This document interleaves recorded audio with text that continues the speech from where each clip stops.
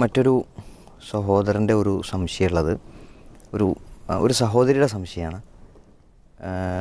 പുതുതായി ഇസ്ലാം സ്വീകരിച്ച ഒരാളെ വിവാഹം ചെയ്യാൻ ആഗ്രഹിക്കുന്ന പെൺകുട്ടിയെ അവളുടെ രക്ഷിതാക്കൾ അതിൽ നിന്ന് തടയുന്നത് ശരിയാണോ? വിവാഹശേഷം അയാളുടെ വീട്ടുകാരുമായി ഇടപെടേണ്ടി വരും. അപ്പോൾ അയാളുടെ പിതാവ് അമുസ്ലിം ആയതിനാൽ സാധാരണ ഭർത്തൃപിതാവ് പോലെ മഹ്റമാകുമോ? ഗൾസുനുവിൽ നിന്ന് വന്നൊരു ചോദ്യമാണ്. ഓക്കെ, നമ്മളിപ്പോൾ വിവാഹം എന്ന് പറയുമ്പോൾ നമ്മളെപ്പോഴും മുൻഗണന കൊടുക്കുന്നത് ഒരു ജീവിതത്തിനാണ് മുൻഗണന കൊടുക്കുന്നത്. ഇപ്പോൾ നമ്മൾ പാവപ്പെട്ട ഒരാളെ വിവാഹം കഴിക്കണമെന്ന് വെച്ചാൽ നമുക്ക് കഴിക്കണമെങ്കിൽ കഴിക്കാം, മനസ്സിലേ. ഒരു അംഗവൈകല്യം ഒരാളെ വിവാഹം കഴിക്കണമെന്ന് വെച്ചാൽ നമുക്ക് കഴിക്കണമെങ്കിൽ കഴിക്കാം. അതിന് ഇസ്ലാമിൻ്റെ ഒരു തടസ്സമില്ല. പക്ഷേ വിവാഹത്തിലെപ്പോഴും എൻ്റെ ഒരു വൈവാഹിക ജീവിതത്തിനും കുടുംബ ജീവിതത്തിനും ഉപകരിക്കുന്ന ഒരു വ്യക്തിയെ ഞാൻ വിവാഹം കഴിക്കൂ എന്നൊരാൾ തീരുമാനിക്കുന്നത് ഒരിക്കലും തെറ്റല്ല. കാരണം വിവാഹം കഴിച്ച ആൾ വിധവയാണ് വിവാഹം കഴിച്ചു എന്ന് പറഞ്ഞപ്പോൾ നബി ഒരു കന്യകയെ കല്യാണം കഴിച്ചുകൂടായിരുന്നു എന്ന് ചോദിക്കുകയാണ്. നമുക്ക് ചിന്തിച്ചാൽ ഒരു വിധവനെ കല്യാണം കഴിക്കുന്നതിനല്ലേ പ്രോത്സാഹിപ്പിക്കേണ്ടത്? കാരണം അവർക്കല്ലേ വിവാഹ സാധ്യത കുറവ്, അതല്ലേ പ്രോത്സാഹിപ്പിക്കേണ്ടത്.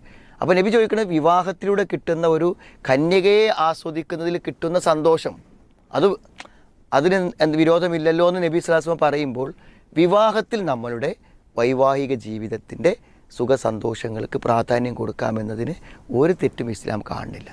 എന്നാൽ ഒരാൾ എന്ത് ചെയ്യാണ്, ഒരാളെ ഏറ്റെടുക്കണമെന്ന് വിചാരിച്ചിട്ടോ അല്ലെങ്കിൽ ഒരാൾക്ക് വിവാഹം നടക്കണില്ല അപ്പോൾ അയാളെ ഞാൻ ഏറ്റെടുക്കാം, അല്ലെങ്കിൽ ഒരാൾ കിടപ്പിലായ ഒരാൾ ഞാൻ ഏറ്റെടുക്കാം, ഇതൊക്കെ നല്ല ബോധത്തോടെയും വിവേകത്തോടു കൂടെയും ചെയ്യുന്നതിന് ഒരു തടസ്സവും ഇസ്ലാമിലില്ല.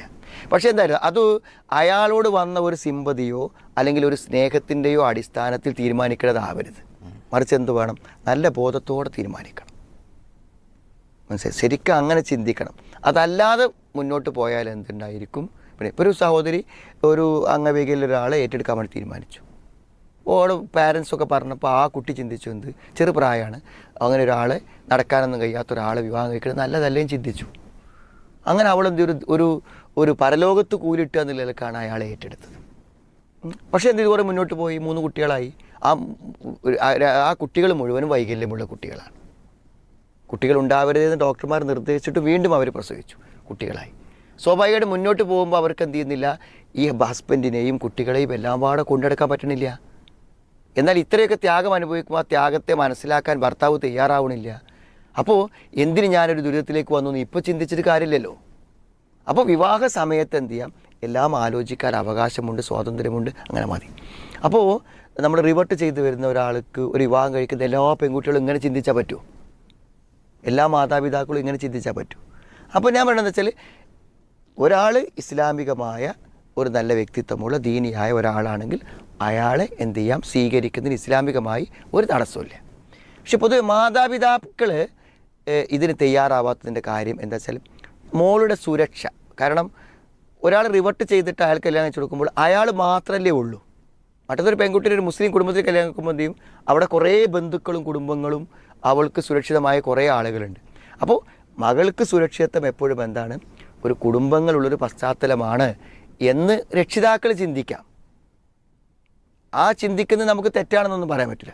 പക്ഷെ നമ്മൾ അതോടൊപ്പം എന്താണ്, ഇങ്ങനെ വരുന്ന ആളുകൾ അവരെന്താണ് ഒരു വിവാഹം അന്വേഷിക്കുമ്പോൾ അവരെ സ്വീകരിക്കാനും അതേപോലെ തന്നെ അവരെ കൂടെ ജീവിക്കാനൊക്കെ ഒരു വിവാഹം സാധ്യമാകുന്ന ഒരു വ്യക്തിയാവുമ്പോൾ അത് സ്വീകരിക്കുന്നതിനൊരു പ്രയാസമില്ല. പക്ഷെ ഇവിടെയുള്ള ചെറിയൊരു പ്രശ്നം എന്താണെന്ന് വിചാരിച്ചാൽ, ഇപ്പോൾ ഇന്നിപ്പോൾ എന്നോട് ഒരാൾ സംശയം ചോദിച്ചു, ഒരു പെൺകുട്ടിൻ്റെ പിതാവ് ചോദിച്ചു. അപ്പോൾ ആ ഒരു സംശയം എന്താ വെച്ചാൽ, മോള് എന്താണ് ഒരാളെ കല്യാണം കഴിക്കാൻ ആഗ്രഹമുണ്ട്, അയാൾക്ക് ഇവളെയും കല്യാണം കഴിക്കാൻ ആഗ്രഹമുണ്ട്, പക്ഷെ അവൻ്റെ ഉമ്മക്ക് സമ്മതമല്ല, അപ്പോൾ എന്ത് ചെയ്യുന്നതാണ് മനസ്സിലായി. അപ്പോൾ നമ്മൾ വേണം എന്താണ്, ഒരു മകനെ വളർത്തിക്കൊണ്ടുവന്ന് അവന് പ്രായപൂർത്തിയാകുമ്പോൾ എന്താണ് അവനൊരു പെണ്ണിനെ സെലക്ട് ചെയ്യുക, നീ ഇന്നവളെ കല്യാണം കഴിക്കണം എന്നൊരു അഭിപ്രായമൊക്കെ ഉമ്മൻ്റെതും കൂടെ നല്ലതല്ലേ. അപ്പോൾ ഉമ്മനെയും കൂടി ഇൻവോൾവ് ചെയ്യിപ്പിച്ചാണ് ചെയ്യേണ്ടത്. അപ്പോൾ ഞാൻ കൂടുതൽ വിശകലനത്തിലേക്ക് പോകുമ്പോൾ എന്താണ്, ഇവർ രണ്ടുപേരും പരിചയപ്പെട്ടു, അവർക്ക് വിവാഹം കഴിക്കണം തോന്നി, ആഗ്രഹമുണ്ടായി, അപ്പോൾ അവർക്കത് നടന്ന് കിട്ടണം.